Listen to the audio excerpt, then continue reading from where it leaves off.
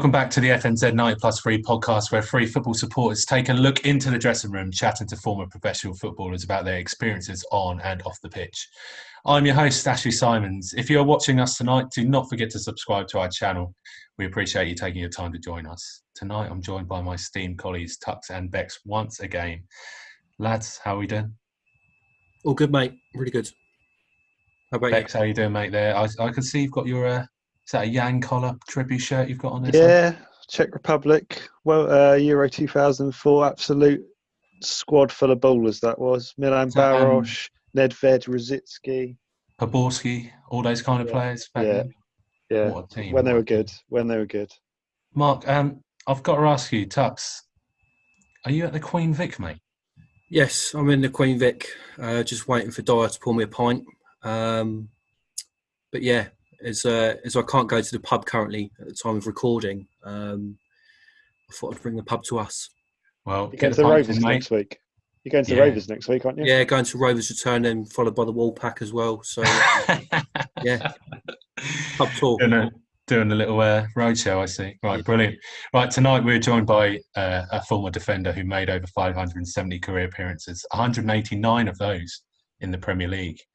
He boasts 2 promotions to the Premiership and developed as an artist once his career ended. It's Jody Craddock. Jody, welcome to the show. How are you doing tonight? Very good, thank you. Very good. Good to hear.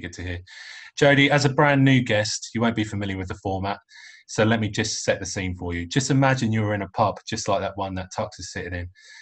You've had one too many beers, and you're willing to share your whole career with 3 complete randomers. Is that okay? Yes, that's all right, yeah. Brilliant. Okay. Right, Tux will kick us off with a question. Go for it, mate. Jody, thanks very much again for coming on tonight's episode. So to start off with, I like to start these interviews with a trip down memory lane, so to speak, in terms of your love of football from an early age. So my first question would probably be, what were your childhood memories of watching football or supporting a team as a youngster? Watching and supporting. So supporting Liverpool purely because my brother supported Liverpool. So as you do as a younger brother, you kind of tag along. And I became a Liverpool supporter back, John Barnes and all the greats. And I kind of grew up always being a Liverpool supporter. And I still am a Liverpool supporter. So it's a bit hard when Wolves play Liverpool. My kids are Wolves. And I'm a Wolves supporter, don't get me wrong. And my kids are Wolves supporters. And they say like that. And they're like booing me when Liverpool score. So, so growing up, I was a Liverpool supporter. And what was the other question? So the other question was just in terms of your childhood memories, really, as a youngster. Oh, okay, of course, yeah. Well, my first game I went to watch, I think I went with the Cubs or it was with the school. Anyway, it was to go and watch Millwall versus Birmingham at Birmingham when there's the riots, and literally the game got called off. There's been chairs being chucked on the pitch. It was an absolute disgrace, and that was my first memory of watching a game, which was I will never ever forget. Playing my first ever game I played, I think it was about 8. My brother's team was 4 years older. They were short of a goalkeeper, and I'm literally stood where my well is, and they were like, "Yeah, stick him in goal." And I think all I remember was making a 2-footed challenge on the edge of the box in my wellies and winning it. So that's all I remember for the game. I could have let in 20 goals, but all I remember is the one challenge in my wellies and winning it. You just touched upon there with going to watch games as a youngster. The troubles that sort of happen within the stands at that sort of time. What was it actually like going to watch football games, and then obviously being a child then watching chairs or whatever else going flying and all that sort of stuff? What was it like for you to watch that? When you're so young, nothing phases you, does it? So it's all a bit exciting, a bit crazy. It's you just kind of I think that's probably the only game I went to as a youngster. I didn't go to too many after that. But yeah, it's all a bit confusing, a bit a bit exciting. It's like when you're young, you don't really understand what's going on. I was only a young lad, so I think my mate got punched in the face by some bloke. Take account, we must have been about 8 or 9, maybe 10. My mate got punched in the face. Some wall fell on somebody and seriously injured some supporters. So it was a pretty kind of scary time. But I think as a kid, you just kind of yeah, I don't know, just accepts it, and you just kind of, it bounces off your back, doesn't it? Really? Yeah, definitely. So obviously, just sort of touched upon back on your childhood memories there. It sounds like it's kind of led you on to the career that you had, obviously, as a professional.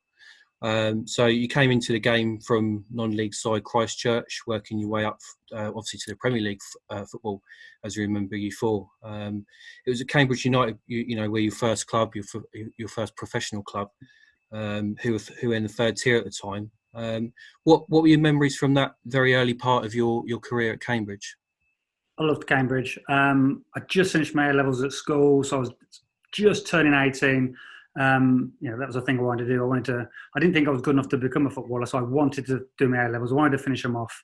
And then it was literally as I'd finished my A-levels, who rang me up? It would have been Gary Johnson rang me up and just said, look, do you want to come for a trial? And I was like, yeah, great, I'll come for a trial. When do you want me to come? And he's like, now, tomorrow type of thing. I don't think I had any running trainers, any proper running trainers. I only had studs. This was summer and the ground's rock hard. I only had a pair of studs. I didn't have mouldy. I couldn't afford mouldy boots back then. So I literally was like, right, I'm going to Cambridge for a trial to my mum, and I jumped on the National Express and then got a buzz down there, and kind of, as they say, the rest was history. I think I had Barry Fry literally ring me up the next day saying, look, come down to Peterborough for a trial and we'll have a look at you. I said, I can't, I'm going to Cambridge. And well, you know what Barry Fry's like, and you could probably understand the words that he said to me. But anyway, I didn't go to Peterborough. I went to Cambridge, had a trial there. And I loved it there. Real good. I've got mates there now that I still will chat to, a real good bunch of lads. I was only a young kid. I had a ponytail. Proper raw, off the cuff. I just had absolute pure passion. I didn't play for money because they were giving me pennies. I think I earned £60 a week. I'd end up scraping money together at the end of the month to ring my then girlfriend, but now my wife. I'd be literally down to nothing. It wasn't about money. I absolutely loved playing football. And for me to become a professional footballer and to go and train with professionals, it was just a dream and an absolute privilege, and some really, really good fun memories from down there. Jody, you spent 4 seasons at Cambridge before joining Sunderland in a £300,000 move in August '97. You joined Sunderland, and at the time you jumped 2 divisions. Were you nervous about the step up at first? I was nervous, yeah, naturally.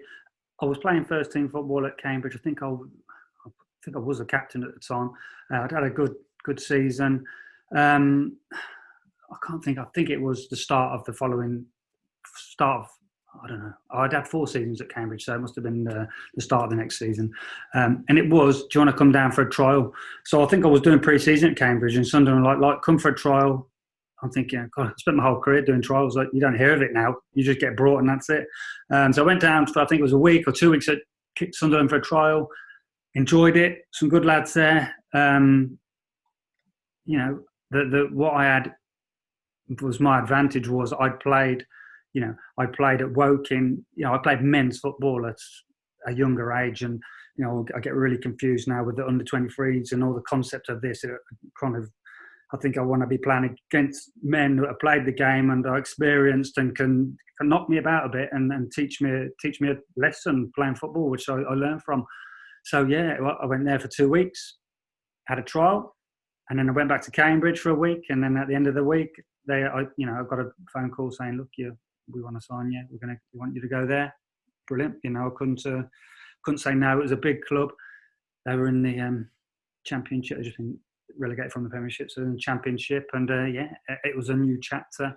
One, I had no pressure on me because this was a club that was 2 divisions higher, so there was no pressure on me. I didn't feel like I had to go there and prove myself because I was learning, so I had to kind of go there and just soak it in and learn and make sure I worked as hard and progressed like I'd done at Cambridge, which was from pure hard work and just, I'd never have a day off. I just used to go in every single day and either pass the ball against the wall, just do anything football based. And, I've had that mentality my whole career.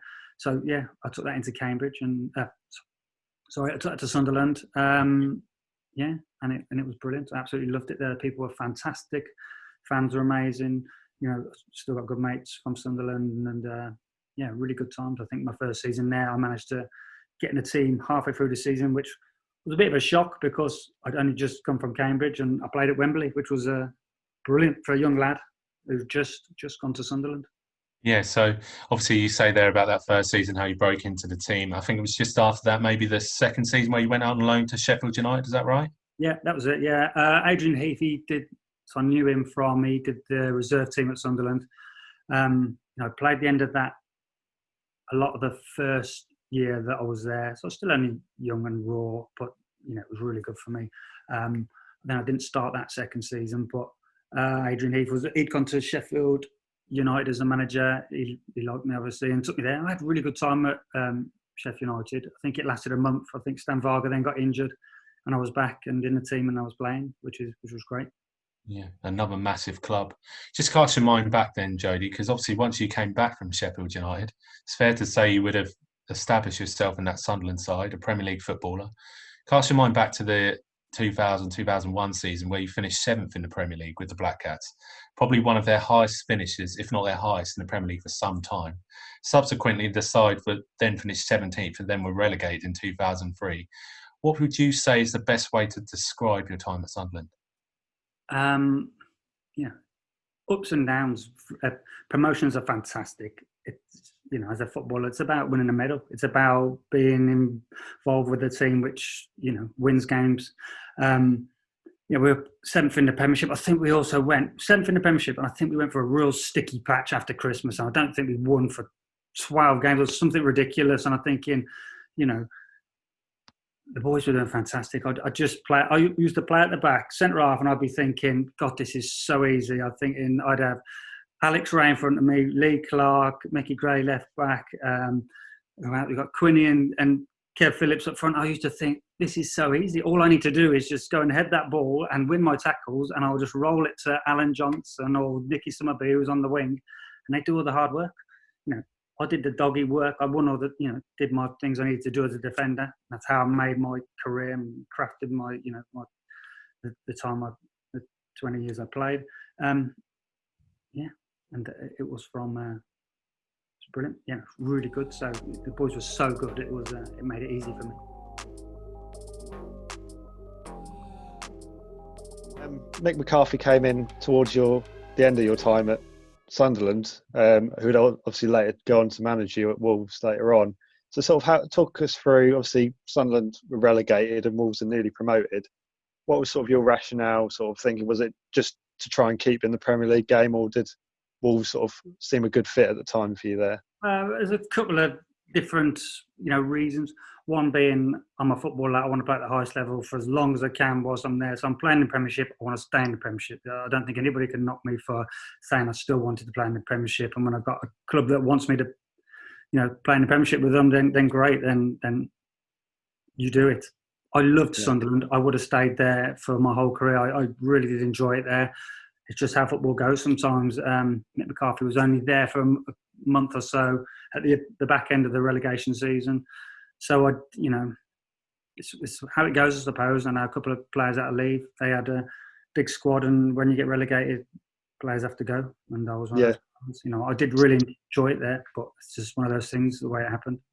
So obviously you stuck with Wolves for a few seasons. You know, obviously you were there for the Premier League, and you know it was a good Premier League side. You know, unfortunate to get relegated. I can still remember sort of the classic Doritos kit with Paul Ince and Henry Kamara. You know, under Dave Jones. You stuck with Wolves. They went down, and Glenn Hoddle came in, and obviously until Mick McCarthy came in later down the line. So, you know, you said you always wanted to play at the highest level. What made you stick around with Wolves for that long? Was there just that belief that you were close to getting to the Premier League again, or just felt at home there? I felt at home there. You know, I'm from the Midlands. I was born in the Midlands, so that was another factor. You know, with a Sunderland move, I'd lost my son to cop death, and it just felt like a fresh start. You know, at Wolves was a fresh start, and like I said, it was closer to family. So my nan and granddad lived there. My dad lives there. So yeah, it was I'd done a bit of a circle and came what I felt like kind of came home. So yeah, it was good. And 10 years, I've always been a loyal player. Like I said, I would have stayed at Sunderland if they'd have said there's a contract for another 10 years, and as long as it suited, I think I'd have signed it, type thing. But what club offers a 10-year contract? Yeah. So I was happy to go to Wolves, and it was again ups and downs. But I'm always that type of player that was going to get picked for a team that was going to be an up and down team. I was never going to be at the top of the Premiership. I'd have a right go with all, in around that other level. So talk us through those managerial reigns. Obviously, you had the arrival with Dave Jones sort of coming in the start of that season with Wolves in the Premier League, moving into Glenn Hoddle. He's quite a renowned, obviously fantastic professional player, well-renowned coach. Obviously now with the Glenn Hoddle Academy, a lot of players coming through there, and then coming through to Mick. What was the biggest change you sort of saw with those managers, and what was the factor that Mick brought in that managed to get Wolves back into the Premier League again? What did you sort of thought Mick brought to the table? Well, I've always said Mick was kind of the best manager I've ever had the privilege to play under. He was just honest, hard working. He'd be out there, and and so was Glenn Hoddle. He was out there. Glenn Hoddle, I got absolutely fine with him, but I think he was more suited to a Premiership team, a different type of football. The Championship is renowned. You've got to be hard as nails to be in the Championship and win that Championship. It's a tough division to play in physically. I've always said it's more physical than the Premiership. The Premiership's just a whole lot faster. Thinking everything's a whole lot faster all the time. But Mick McCarthy came in, and he had the experience to go and handpick like small gems from lower division clubs. Your Matt Jarvis's, he brought Carl Emery in, Michael Coatley, Andy Keown. He brought these players in from lower division clubs, and they were gems, and they turned into fantastic players. And they were, those players that got us promoted. Well, as a team, of course, but without those players, it wouldn't have worked. And he just brought them in, and it was a great little combination of players, and it worked. It was really good. Yeah, because Mick made you captain at Wolves as well, didn't he? But I believe you went out when Mick came in initially. You went out on loan to Stoke City while you were you captain at the time when you went out? Sort of what sort of happened around there? No, I wasn't, because he brought Gary Breen in, and he put Gary Breen captain, and I went to Stoke on loan.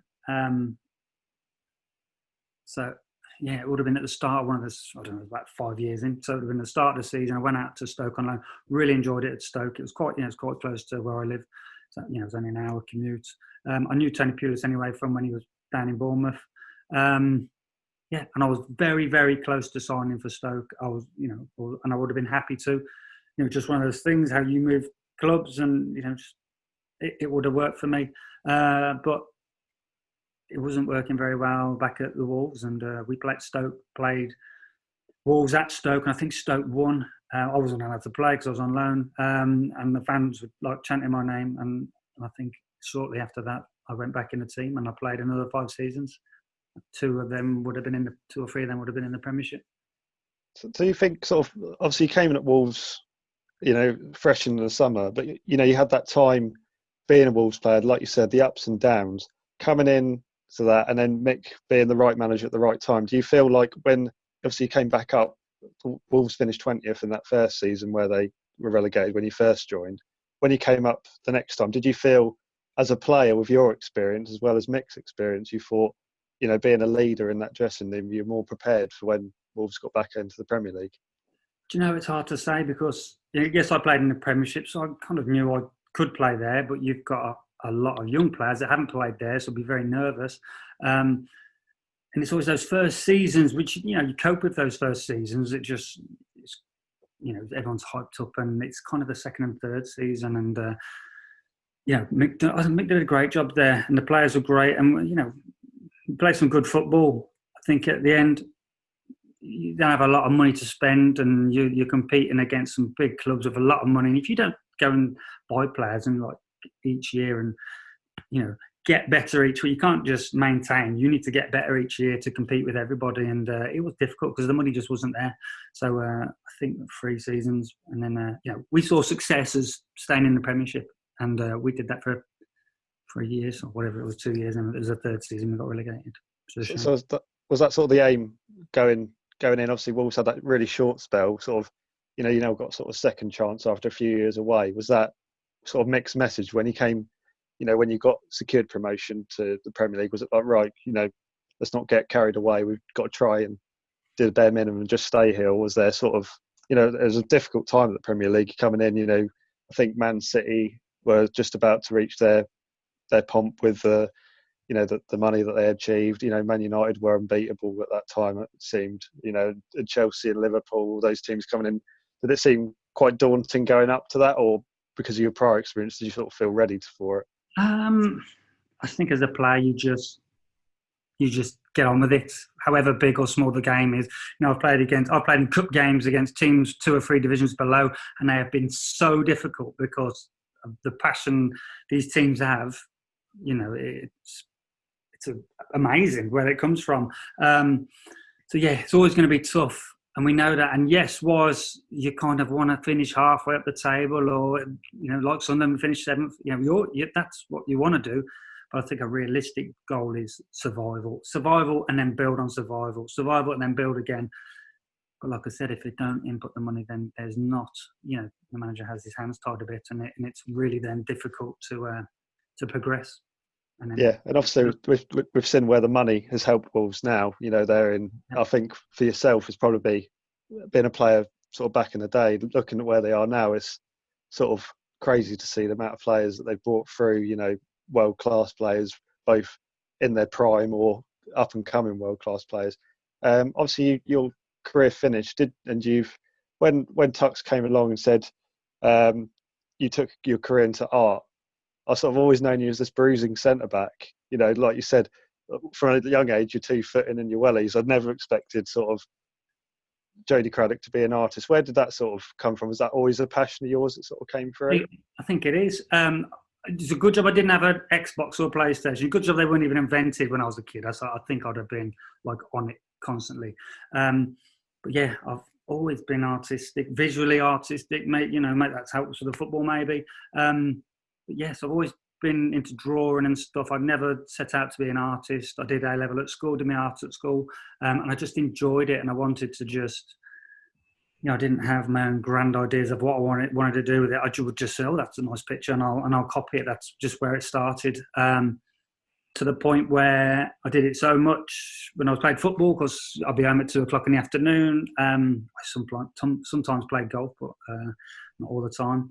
So I had a lot of spare time, and I spent that time. I just taught myself how to oil paint. I could already draw and do acrylics, but it was oil painting, and I taught myself to oil paint. And as you can so, how did the lads take that? Because obviously it's not like always something you'd associate with football. Like, did they sort of take the mick a little bit? Did you get any strange offers of life models? You didn't get Terry Connor offering to be a life model, did you, at any point? No, I would refuse. Don't worry about that. You know what? They were really good. I think they were genuinely impressed. I would never want to, like, in this, the initial phase, I never did it to then go and show people. I just did it as a, it occurred. I'd lost my son in Sunderland to cop death, and and I'd sit in the lounge with a canvas and I'd just sit and paint. And as selfish as that was, that's what I did just to kind of get through that phase. And then somebody came, and it was Paul Kerr, who used to be ex-Middlesbrough, was my financial advisor. He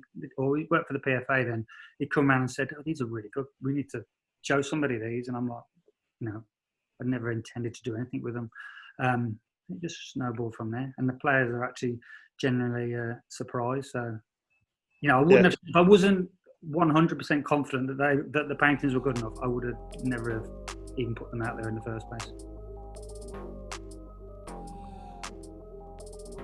Before we delve into more of your sort of art career, I just wanted to just touch back with the Wolves and the Sunderland sort of stuff that obviously 2 great clubs that you've played for. I mean, you think about sort of, the current top 6 at the moment got such huge fan bases, making all sorts of money. But I mean, from from a boy that came, obviously started off at Cambridge and then playing for Sunderland and Wolves, who, at the end of the day, they've got such big fan bases. What was it like from coming such, no disrespect to Cambridge, but coming from there and then playing at such a, huge stage like the Stadium of Light and Molineux and all that, what was it like for you there? It was a dream. It was a dream come true. I'd worked. That's why I worked. So I never thought I'd be good enough. So I think the fear of failing just really, really pushed me. And it just kept pushing my whole career. I couldn't have. Matt Murray, we're in the gym, and he was injured. I was injured, both injured. And he says, "Oh, you got any regrets about your career?" I said, "No, I've got no regrets. I couldn't have done anything. I squeezed a sponge for every last drop of blood and sweat I had, and I couldn't have done any more. It was a dream come true. I never once rested on it and thought, oh, yeah, I'm going to be, at the age of 20, I'm going to be a footballer for another 17, 18 years. I never once rested on it. I always thought something could always be around the corner just to end it in a second. I'm not seeing it happen to big players and friends, and their careers have just been cut really short. And I just thought, well, that could always happen. So always, I'd be sensible. I wouldn't then go and buy a stupidly big, expensive car. I'd buy a sensible car. I'd do courses. I did a sports nutrition course outside of football. I thought, it could just fall apart. So just have my head screwed on and make sure I get it right, just in case. And in the meantime, whilst I'm a footballer, I'll absolutely give everything I've got every single day. I'll turn up a bit earlier and do weights, extra weights. I'll finish off after training and do my weights. I did it every single day for my whole career, providing I wasn't injured. And, that's how I lived that career. And that's why I think I was 20 years in the game, and pretty much I had injuries, but I never had big injuries, and I looked after myself, which is I think is a must. If anybody wants a long career in football, it is an absolute must now, because the game's so quick. You need to be your body needs to be 110%. Yeah, definitely. I mean, from when I remember watching you playing, and obviously you pride yourself on sort of giving blood, sweat and tears really in every sort of game that you've played in. And I've got family that support Sunderland, and I've been lucky enough to go to the stadium like myself. But it's such a huge fan base, and they're so passionate about it. And football is so much of that city.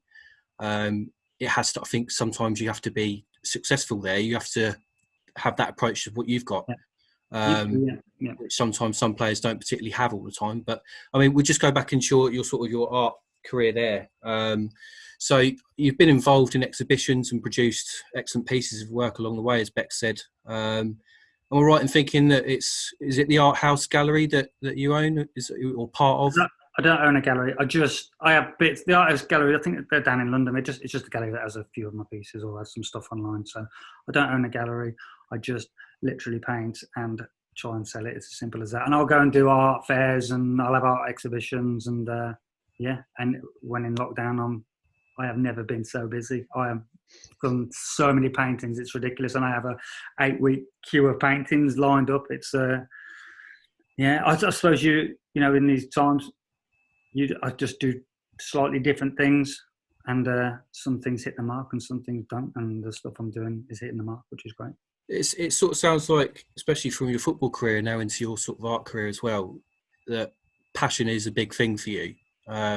And I don't suppose you do anything unless you feel passionate about it, if that makes sense. I totally agree. Yeah. So, I mean, what's obviously art's taken up a lot of your time now, but what relationship do you have with football now since retiring professionally in 2013? I run my kids' football team, so I have would have just finished obviously. Last season I have, on a Sunday I have my under 16s and under 14s. I'll run one in the morning, one in the afternoon. I have one, my older boy and the older one, middle one in the middle one. My other youngest, he's 10, he also plays on a Sunday. So if I can get there, I get there. And then on a Saturday, my youngest plays and my oldest plays. So I manage two teams and coach one team. It's chaos. Yeah, I love it, but it's absolute chaos. And so this year I've had to drop the Sunday team. Now go Saturday and just the 2 on a Sunday, 2 on a Saturday. So in terms of obviously retiring from professional football, the coaching side or the management side, professionally, did that not really interest you at all? No, not really. It did as a player because I didn't think I was going to be an artist. So as a player, it did interest me. I did my coaching badges and thought, I could do this when I retire. And I think the game needs players that have been in the game for as long as I was, and experienced and know the game, that the game needs those type of players to manage and coach. But when it came to it, I thought I've worked so hard as a player that to see my kids. As a player, I never seen them I did see them at Christmas, but you'd have training Christmas Day. My holidays would never coincide with their school holidays, so then I'd never see them on their holidays. I'm thinking, I ain't going to work my socks off for 20 years to then become a coach and earn an absolute fraction of the money and then not see the kids. I'm thinking, well, what is the point? There's no point in doing that. I want to see them grow up and, they grow quick. So it's, for me, I'm a family man. It's a must that I do that. And coaching was never go with my head or go with my heart. And it was my heart and it was painting. It's been brilliant to hear your stories, and obviously, many Wolves fans are very fond of your time at the club. Molineux, what a stadium. And obviously, it must be brilliant to see them doing so well now. But Jody, it's been brilliant having you on. We've got one final question. Now, I know you're living in the right part of the country. And, we said on this first episode of this channel, we said we need to get this player on at some point. Now, we know this player has resided in the Birmingham area at some point in his career. Do you know Dele Adebola? I played against him, but I don't know him personally. I don't. Right, the important question. What about Matt Murray? You'll know him. Do you know Matt? Have you got his contact? Yeah. You'll know him. There you go. Look, there's a link. Tux will get on that. But Matt Murray knows everybody. Well, that's good. I don't know. On the books. Jody, did you have Dele in your back pocket? I'd like to think I did, but he was a big, hard lad to play against. He was a unit, an absolute unit. But I like to say I had everybody in my pocket that I played against. But I avoided it for one or two when I played against. So I played against him a lot of times, but I played against him in charity stuff after. He's a nice lad and unit. Absolutely. Brilliant. Jody, you've been absolutely brilliant, mate. All the best for the future. Pleasure. Until next time, guys.